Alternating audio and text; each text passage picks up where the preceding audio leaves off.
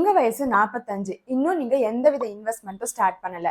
But இப்ப எஸ்ஐபில invest பண்ணணும்னு நினைக்கிறீங்க.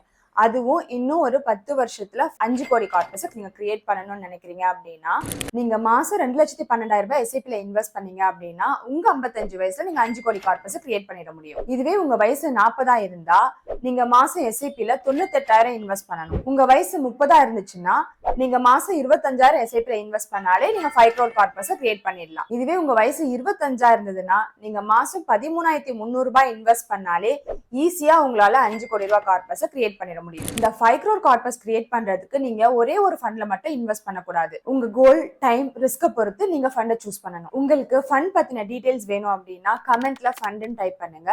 ஸ்கிரீன்ல டிஸ்பிளே ஆகிற இந்த நம்பருக்கு கான்டாக்ட் பண்ணுங்க. எங்க டீம் உங்களை கான்டாக்ட் பண்ணி கைட் பண்ணுவாங்க. Mutual fund investments are subject to market risks. Read all scheme-related documents carefully.